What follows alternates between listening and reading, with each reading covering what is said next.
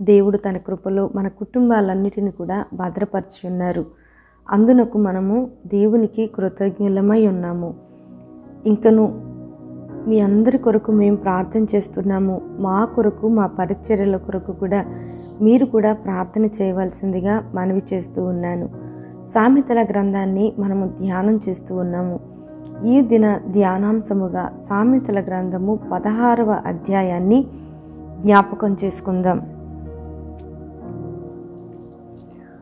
హృదయాలోచనలు మనుష్యుని వశము, చక్కని ప్రత్యుత్తరమిచ్చుటకు యెహోవా వలన కలుగును. ఒకని నడతలన్నీయు వాని దృష్టికి నిర్దోషములుగా కనబడును. యెహోవా ఆత్మలను పరిశోధించును. నీ పనుల భారము యెహోవా మీద నుంచుము, అప్పుడు నీ ఉద్దేశములు సఫలమగును.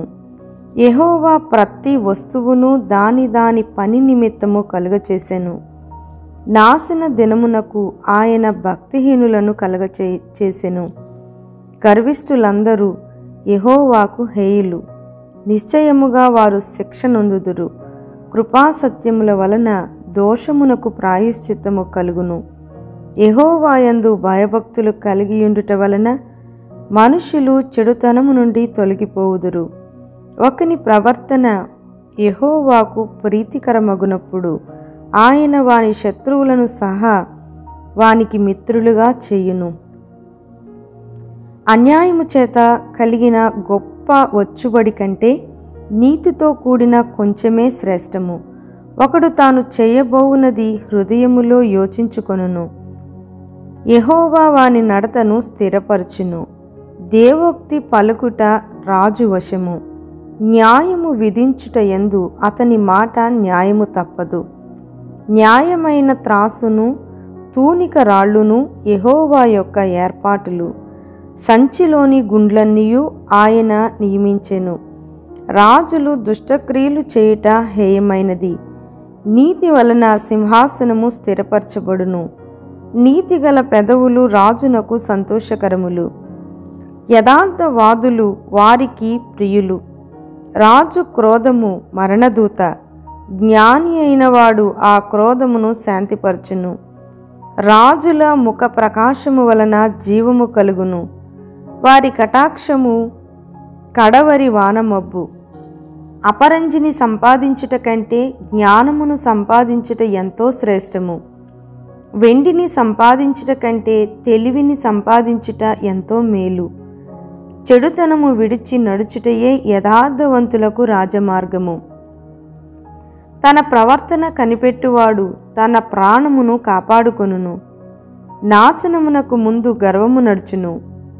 పడిపోవుటకు ముందు అహంకారమైన మనస్సు నడుచును. గర్విష్ఠులతో దోపుడు సొమ్ము పంచుకొనుట కంటే దీన మనస్సు కలిగి దీనులతో పొత్తు చేయుట మేలు. ఉపదేశమునకు చెవియొగ్గువాడు మేలు నొందును. యెహోవాను ఆశ్రయించువాడు ధన్యుడు. జ్ఞాన హృదయుడు వివేకి అనబడును. రుచిగల మాటలు పలుకుట వలన విద్య ఎక్కువగును. తెలివిగల వానికి వాని తెలివి జీవపు ఊట. మూఢులకు వారి మూఢత్వమే శిక్ష. జ్ఞానుని హృదయము వాని నోటికి తెలివి కలిగించును. వాని పెదవులకు విద్య విస్తరింపచేయును. ఇంపైన మాటలు తేనె పట్టు వంటివి. అవి ప్రాణమునకు మధురమైనవి, ఎముకలకు ఆరోగ్యకరమైనవి. ఒకని మార్గము వాని దృష్టికి యథార్థముగా కనబడును. అయినను తుదకు అది మరణమునకు చేరును. కష్టము చేయువాని ఆకలి వాని కొరకు వాని చేత కష్టము చేయించును. వాని కడుపు వానిని తొందరపెట్టును. పనికి మాలిన వాడు కీడును త్రవ్వి పైకెత్తును. వాని పెదవుల మీద అగ్ని మండుచున్నట్టున్నది. మూర్ఖుడు కలహము పుట్టించును. కొండెగాడు మిత్రభేదము చేయును. బలాత్కారి తన పొరుగు వానిని లాలన చేయును. కాని మార్గములో వాని నడిపించును. కృత్రిమములు కల్పింపవలెనని కన్నులు మూసుకొని తన పెదవులు బెగబెట్టువాడే కీడు పుట్టించువాడు. నెరసిన వెంట్రుకలు సొగసైన కిరీటము, అవి నీతి ప్రవర్తన గలవానికి కలిగియుండును. పరాక్రమశాలి కంటే దీర్ఘశాంతము గలవాడు శ్రేష్ఠుడు. పట్టణము పట్టుకొను వాని కంటే తన మనస్సును స్వాధీనపరచుకొనువాడు శ్రేష్ఠుడు. చీట్లు ఒడిలో వేయబడును, వాటి వలని తీర్పు యెహోవా వశము. దేవుడి యొక్క మాటలన్నిటి ద్వారా మన అందరితో కూడా మాట్లాడి ఉన్నారు. నా సహోదరులారా, పరిశుద్ధ గ్రంథము ఈ వయస్సు వారికే అని ఎక్కడ కూడా రాయబడలేదండి. బాల్యంలో ఉన్నటువంటి బిడ్డలు మొదలుకొని స్త్రీల కొరకు, పురుషుల కొరకు, మరి వృద్ధుల కొరకు, నడి వయస్సు వారిలో ఉన్నటువంటి వారి కొరకు, అందరి కొరకు కూడా ఒక ఉన్నతమైనటువంటి ఉపదేశము పరిశుద్ధ గ్రంథంలో రాయబడి ఉంది. అందులో గొప్ప విశేషం ఏంటంటే, సామెతల గ్రంథం అనేకమైనటువంటి సత్యాలను ప్రతి ఒక్కరితో కూడా తెలియచేస్తూ ఉంది. ఇక్కడ కొన్ని వచనాలను మనం చూసినట్లయితే 16వ అధ్యాయము 1వ వచనాన్ని మనం చూసినట్లయితే, హృదయాలోచనలు మనుషుని వశము, చక్కని ప్రత్యుత్తరం ఇచ్చుటకు యెహోవా వలన కలుగును. మనుషులు ఆలోచన చేయటానికి, నిర్ణయాలు తీసుకోవటానికి మరి వారి వశంలో దేవుడు వారి ఇష్టానికి అప్పగించాడు. కానీ దేవుని యొక్క చిత్తం మనం ఎన్నో కోరుకుంటాం, ఎన్నో జరగాలి అనుకుంటాం. కానీ ఆఖరికి జరిగేది ఏంటంటే, దేవుని యొక్క చిత్తం మాత్రమే జరుగుతుంది. ఆయన అనుకున్నట్లుగానే జరుగుతుంది. అదే ముందుగా మనము నిర్ణయించి మరి ప్రభువా ఇలా చెయ్యి అనే దానికంటే, దేవా నీ చిత్తము మా జీవితంలో జరిగించు, ఈ విషయంలో జరిగించు అని యేసు, ఆయన గొప్ప సృష్టికర్త. సహోదరులారా, ఒక్క విషయాన్ని చెప్తాను. సూర్యుడు తనకు అప్పగింపబడిన పనిని తాను నెరవేరుస్తూ ఉన్నాడు. సముద్రం కావచ్చు, దేవుని యొక్క ఆజ్ఞను పుచ్చుకొని దేవుడు తన పనిని ఏదైతే చెప్పి ఉన్నాడో ఆ పనిలో అవి నమ్మకంగా ఉంటున్నాయి. ఒక్క మానవుడు మాత్రమే దేవుని చేత మరి తయారు చేయబడ్డాడు. కష్టించి దేవుడు మానవుని తయారు చేశాడు. మానవుడు మాత్రం దేవుడు చెప్పినటువంటి పనిని ఏమాత్రము కూడా చేయట్లేదు. అలాగున కాదు, కానీ మనము దేవుని పనిని నెరవేర్చేవారిగా, దేవుడు మనకు అప్పగించినటువంటి పనులను నెరవేర్చేవారిగా మనమందరము కూడా ఉండాలని ప్రభు తెలియచేస్తూ ఉన్నారు. అలాగనే 19వ వచనం చూడండి. గర్విష్ఠులతో దోపుడు సొమ్ము పంచుకొనుట కంటే దీన మనస్సు కలిగి దీనులతో పొత్తు చేయుట మేలు. గర్విష్ఠులు అనేవారు దేవునికి అప్పుడు ఇప్పుడు ఎప్పుడు కూడా ఏమాత్రం కూడా ఇష్టం లేదండి. గర్వం అనేది మన హృదయంలో ఏమాత్రము కూడా ఉండడానికి వీలు లేదు.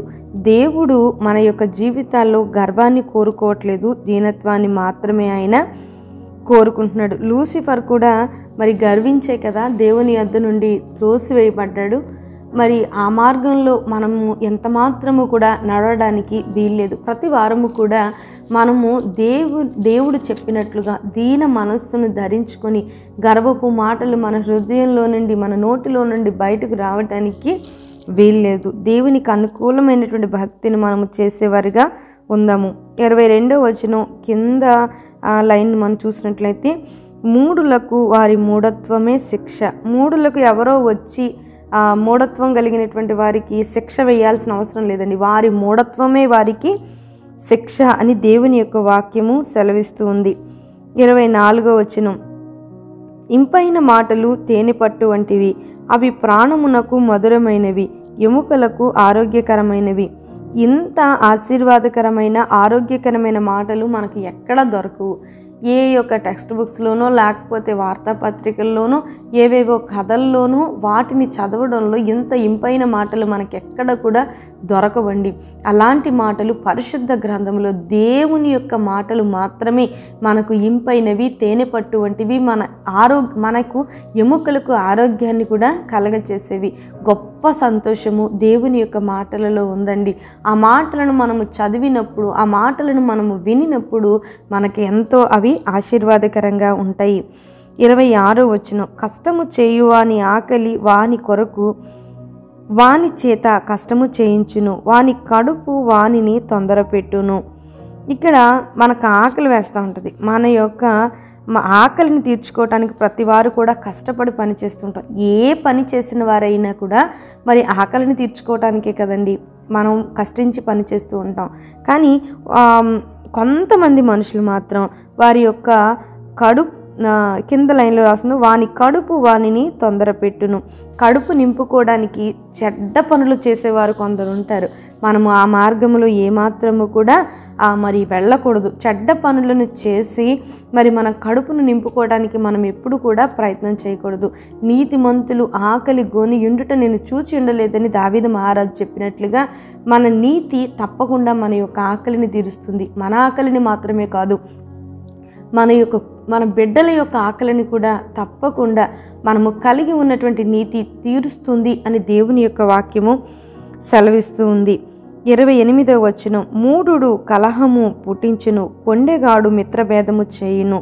ఈ మూర్ఖులు ఎవరైతే ఉన్నారో, కొండెపు మాటలు చెప్పేవారు ఎవరైతే ఉన్నారో, ఇక్కడి మాటలను అక్కడి మాటలను ఇక్కడ చేరుస్తూ కలహాలను పుట్టిస్తూ ఉంటారు, గొడవలు పెడుతూ ఉంటారు. ఇలాంటి మనుషులను మన గృహాలలోనికి ఏమాత్రము కూడా రానివ్వకూడదు. వారు చెప్తున్నటువంటి మాటలను మనం ఏమాత్రము కూడా వినకూడదు. ఒక్కసారి దేవుడు వారి గురించి మనకు తెలియచేస్తూ ఉంటారు. దేవుడు బయలుపరచకుండా ఏది ఉండడండి. గడిచిన దినాల్లో ఆ వ్యక్తుల కొరకు నీకు తెలుసు, ఆ వ్యక్తులు అలాంటి ప్రవర్తనను కలిగి ఉన్నారని నీకు తెలిసినప్పుడు మరలా ఆ వ్యక్తులను మన గృహాల్లోనికి కానీ మన జీవితాల్లోనికి కానీ మనం ఏమాత్రము కూడా ఆహ్వానించకూడదు. అలా ఆహ్వానిస్తే మనము మూఢతలో పడిపోయిన వారం అవుతాము కదా. అంతేకాదు, మనము కూడా ఎక్కడి మాటలను అక్కడి మాటలను ఇక్కడ చెప్పి గొడవలు పెట్టేవారిగా ఏమాత్రము కూడా ఉండకూడదు. అటువంటి వారు దేవునికి హేయులు. దేవుడు అటువంటి వారిని చూచి అసహ్యపడతాడు.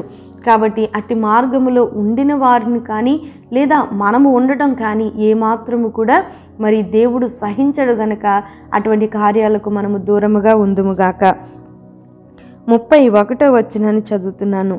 నెరసిన వెంట్రుకలు సొగసైన కిరీటము, అవి నీతి ప్రవర్తన గలవానికి కలిగియుండును. ఇక్కడ చూసినట్లయితే మరి వృద్ధులు ఎవరైతే ఉన్నారో, వృద్ధులు మరి గౌరవానికి అర్హులు. వాళ్ళు ఎలాంటి వృద్ధులు? అందరూ కాదండి, నీతి మార్గములో నడిచినటువంటి వృద్ధులు ఎవరైతే ఉన్నారో వారు గౌరవానికి అర్హులు. వారి యొక్క జీవితం వెనకున్నటువంటి తరాలకు ఎన్నో సత్యాలను నేర్పిస్తుంటుంది. వారి జీవితంలో వారు ఎన్నో దాటి వస్తూ ఉంటారు. వారు చెప్పే ప్రతి అనుభవం కూడా మన జీవితాలకు ఎంతో ఆశీర్వాదకరంగా దీవెనకరంగా ఉంటుంది. అలాగనే 32వ వచనంలో చూసినట్లయితే, పరాక్రమశాలి కంటే దీర్ఘశాంతము గలవాడు శ్రేష్ఠుడు, పట్టణము పట్టుకొను వాని కంటే తన మనస్సును స్వాధీనపరచుకొనివాడు శ్రేష్ఠుడు. పట్టణాన్ని పట్టుకునేటువంటి వాడు, స్వాధీనపరచుకునేవాడు గొప్ప విజేత. కానీ దానికంటే మరి ప్రాముఖ్యమైనటువంటి తన మనస్సును, ఈ చెడ్డ మనస్సు ఉంది మనది, దీనిని స్వాధీనపరచుకోవటం ఎవరి వల్ల కాదండి. ఎంతటి వారైనా సరే మనస్సు చెప్పినట్లుగా చేయటానికి ఇష్టపడతారు, కానీ దాన్ని స్వాధీనపరచుకొని దేవుని చిత్తాన్ని నెరవేర్చడానికి ఇష్టపడరు. కానీ దేవుని యొక్క వాక్యము సెలవిస్తుంది, పట్టణము పట్టుకొనిన వాని కంటే కూడా తన మనస్సును స్వాధీనపరచుకునేటువంటి వాడు శ్రేష్ఠుడు, ధన్యుడు. మనము మన జీవితాల్లో మరి అన్నిటికంటే ప్రాముఖ్యమైనటువంటి మన మనస్సును స్వాధీనపరచుకొని చేసుకుందాం. స్తోత్రములు నాయన, కృపాసత్య సంపూర్ణుడా, నీ పరిశుద్ధమైనటువంటి పాదములకు వందనాలు, స్తుతులు, స్తోత్రాలు చెల్లిస్తున్నాను. ఇంతవరకు నీ సజీవమైన రెక్కల చాటును మమ్మల్ని ఎంతో కాచి కాపాడి ఉన్నారు నాయన. సామెతల గ్రంథంలో నుండి మీరు మాతో మాట్లాడారు దేవా, ఎన్నో విశేషమైన మాటలను మాకు తెలియచేశారు నాయన. పట్టణము పట్టుకుని వాని కంటే కూడా తన మనస్సును స్వాధీనపరచుకునేటువంటి వాడు నాయన గొప్పవాడని నీ యొక్క వాక్యము సెలవిస్తూ ఉంది తండ్రి. మా మనస్సులను స్వాధీనపరచుకుంటూ నీకు ఆయాసకరమైన మార్గములో మేము నడవక నీ ఇష్టానుసారులుగా మేము బ్రతుకున్నట్లుగా కృప చూపించండి. ఈ దినమంతటిని మాకు ఆశీర్వాదకరంగా దీవెనకరంగా చేయండి. మేము తెలిసి తెలియక చేసిన తప్పిదాలను క్షమించండి. మంచి మార్గములో మమ్మల్ని నడిపించండి. మమ్మలను మా కుటుంబాలను వర్ధిల్లపరచండి.